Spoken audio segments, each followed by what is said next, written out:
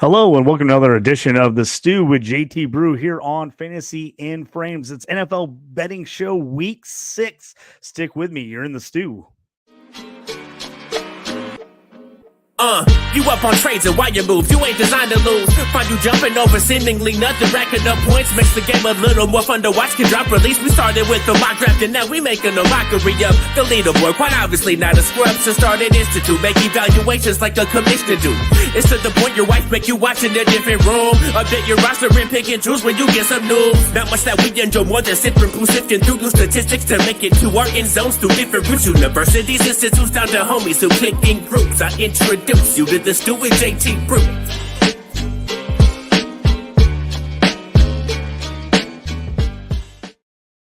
Thanks for joining me here on the Stew with JT Brew on Fantasy in Frames. Quick Friday night show. Got a little behind and didn't get the show in Wednesday or Thursday afternoon. So we're going to fly through tonight with a couple player props, some parlays I like, and just going through some of the over-under games and tell you what I like and don't like. Jags, Bears, the Sunday opener at 8:30 Central Time, 9:30 Eastern Time. The London game. Bears right now are -1. Over under is 44.5. Man, I just never know what to do with these London games, these overseas games. It's so early in the morning. I've seen it go so many different ways. They're usually typically pretty sloppy. This game I don't really love. I'm probably staying away from it. If I did have a bet that I liked, it would be on DeAndre Swift over 18.5 receiving yards. He's been good out of the backfield. The Jags have been terrible against running backs catching the ball out of the backfield, giving up over, I think it's 57 yards per game so far this season. So that's a bet I like. DeAndre Swift over yards out of the backfield. Next game, Patriots, Texans, -6.5 for the Texans on the road. Over under 37.5. Real low scoring expected in this one. The Patriots starting Drake May for the first time, making it a tough one. At least he's at home. Gets a tough one against the Texans. The Patriots have got me a couple times already this year, but if I'm taking this one, I'm jumping on the Texans at -6.5. I think they can pull this game out. That over under is got me a little worried. I could see the Texans kind of putting it together in this one and scoring a bunch, and then a couple points from the Patriots pushing that over. So I'm going to take Texans -6.5. That one, no Nico Collins in that game. It's got me a little nervous. If you want to get on Stephon Diggs or maybe Tank Dell on the passing, receiving yards, you could. I'm not sure what they're going to do on with the offense with him out. So again, I don't love the over under for that. I'm not sure what everything's going to happen, but I'm going to take Texans 6.5. Next game on the schedule is the Ravens Commanders. This could be the game of the week. Highest total at 51.5. Right now, the Ravens are -7 at home against Commanders, who have been on fire. It feels like if this is the spot that the Commanders kind of bring it back down to earth, it would be against the Ravens. I don't love the 7 points there. That's kind of big. If I'm probably avoiding this game other than an anytime TD for Derrick Henry, which I'll tell you about in my parlay, TD parlay. But other than that, I would love to see this one go over, but 51.5, again, I think it's going to be a really good game. This game easily could be both teams in the 30s, but they both have solid defenses too. So that one's got me a little nervous there. If anything, I would love to take the Commanders in a teaser, get the sucker up to about 13 in a tease if I'm going to go that way. If I had to take it right now, I'm probably just taking the Commanders, the +7. Man, but I could be talked into either way. If this number somehow gets down, people get on the Commanders, gets down to 6, maybe I would go with the Ravens on this one. But I'm going to have to think that one over a little bit more and kind of decide where I'm going to go on that one. Next one up on the schedule is Eagles-Browns. Right now, 9.5, biggest spread of the week. Over under 42.5. This one's tough. I usually hate seeing spreads that big because you know a team's going to end up staying in the game. I mean, everything says you should take the Eagles in this game with how bad the Browns have played, but who knows? Maybe that's when they show up when something like that happens. I like the Browns, I like the Eagles.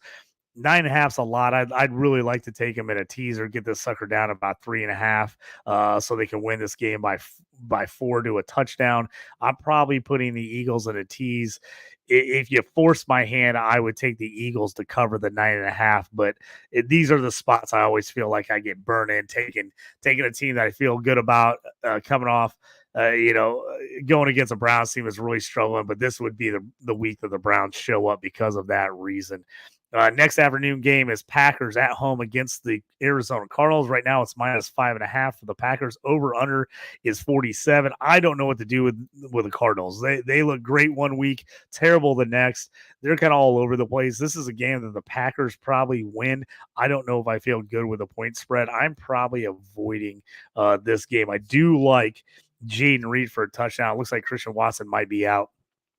Dubs has been personal issues. He's been a problem, been away from the team this week. I do like Jaden Reed for a touchdown. He's going to be in my TD parlay. Next one, Saints Buccaneers. No Derek Carr in this one for the Saints. Has them at a +3.5 right now, over under 41.5. This game is, do you believe in Spencer Rattler? If you believe in the rookie Spencer Rattler, then you're probably taking the Saints. These teams usually are playing each other super close to the vest. This one is usually tight. If Derek Carr is playing, it's probably not 3.5, but I would take the 3.5 with the Saints. I'm not sure I believe in Rattler, even though the Bucs defense has struggled a bit. I'm probably taking the Bucs in this one. I'll take them the -3.5. I'd really like to get it down to 3 in this one. I've got a player prop for you in this one. Mike Evans under 4.5 receptions. Now he's hit that in multiple games over the 4.5 this year, but man, Marcus Lattimore and him just battle. Those guys hate each other being in New Orleans. I just think he's going to get locked up. I'm not saying that he's going to have a horrible game. I just don't see him getting a lot of catches in this one. So I'm actually going to jump on the Mike Evans under receptions at 4.5 as Latimer has shut him down the last couple times they faced, especially in New Orleans. Last noon game is the Colts at the Tennessee Titans. This one I'm staying away from until we can figure out exactly what happened. It sounds like today they said Jonathan Taylor is going to be out, so that gives Trey Sermon the start. Still questionable whether Anthony Richardson's going to get the start or Joe Flacco. Depending on who you like, a lot of people say they like Flacco better in this situation with the passing game and what he can do. I'm staying away from the props because of that. If Flacco was getting the start, I would like some of the receiver props. Josh Downs is questionable. I really like him, but if he's questionable and doesn't play, that changes things for me. I'm probably waiting on this game till just before game time to get a little more idea of what's going to happen here. If it is going to be Anthony Richardson, he has been banged up, or if it's going to be Flacco. Right now, I don't trust the Titans even at home at -3, so I'm probably avoiding this game until I get some further information. Steelers at Raiders. They've not been great against the Raiders in the team history. Right now, it's -3. Raiders are switching quarterbacks, going from Gardner Minshew to O'Connell, the rookie, it was a rookie last year, second-year player. I don't know. This is a tough defense to put him in against. I'm taking the Steelers -3, or I could definitely see the under 36.5. The Steelers have not been lighting up the scoreboard at all while their defense has been good. I would take either of one of those, even if you want to do a little two-pick parlay there, -3 and the under 36.5. I do like that. I loved Bowers last week in player props. He didn't get the 100 yards. He just missed the 100 yards, but he went over on the receptions and got the anytime touchdown. So hopefully you jumped on that bet as he was good. I did forget in this game, this is crazy that I'm even saying this, but the player props I like the best are Chris Boswell over 1.5 field goals at -130 and Carlson over 1.5 field goals -125. I think there could be a lot of field goals in this game. That's why I like this under. This game feels like 2010, something in that range, 2013. So I'm taking the Steelers. I'm taking the over 1.5 field goals for each of the kickers in this game. Is there could be a lot in this one, and neither team has been very good at punching the ball into the end zone. Chargers at the Broncos. Broncos have looked good of late. They've playing a lot better. The Chargers, Herbert off had a week off, looking like hopefully the ankle's a little bit better. I don't love a lot of things in this one. I might go Herbert under passing yards. Right now, I think it's 185. He's been under that in every game this year as they just have not thrown the ball a lot. Uh, that would maybe be my bet if I took it. Right now, if I had to take something on the game, I would take Broncos +3. I don't trust the Chargers right now. I don't love the Broncos, but the defense is playing well. This feels like a low scoring game. Over under right now is 35.5 on that one. Next one is Falcons at Panthers. Right now, Falcons -6. Over under is 47 in that one. I like Bijan Robinson anytime touchdown in my TD parlay. In my teaser to go along with the Eagles and probably like I said, I'd probably tease up the Commanders to +13, Eagles down to 3.5. And then I'd probably take the Falcons here if I can tease it down to a pick 'em. I like them in a pick 'em.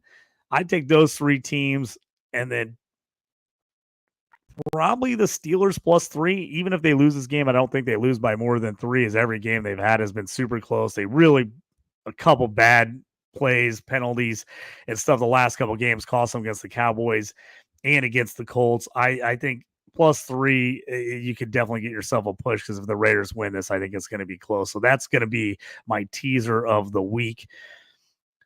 Lions -3 at Cowboys +3. This one should be a fun game. I like the Lions in this one -3. I think they can go into Dallas and win this game. Uh, Player props, the one I've liked all year is David Montgomery, rushing touchdown.